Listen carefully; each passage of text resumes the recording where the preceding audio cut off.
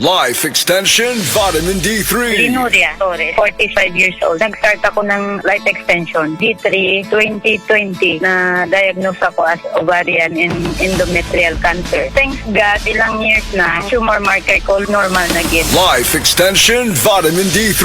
Life Extension Vitamin D3. Potent, safe at siguradong epektibo. Aprobado ng FDA na may approved therapeutic effect. Life Extension Vitamin D3 for longer life. Mabibili sa mga butika. Nakakaproblema sa paglibang? Mag-inom sa Super Fiber, the fast-acting colon cleansing product approved by the FDA Philippines. Garantisado nga epektibo. Sa 2 hangtod 8 ka oras, imo na mapagawas ang higko ka makahatag ubas ta utan ug makamatay nga sakit. Ang hugaw nga colon, ang una nga silent killer. Death begins in the colon. Mag Super Fiber. Mas makita natong mayong resulta kung ato ubanon sa pag-inom ang Life Extension Vitamin D3 kag Super Fiber. Para sa himsog kag maayong digestion, mag-inom kada adlaw sang Super Fiber. Mapalit sa mga butika.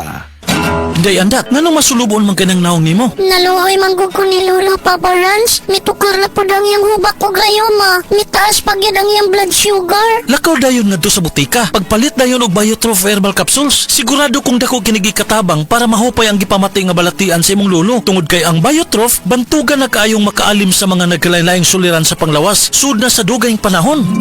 Papa Rans, okay na kanya kong Lolo. Salamat kayo sa Biotrof Herbal Capsules, the Wonder Food Supplement.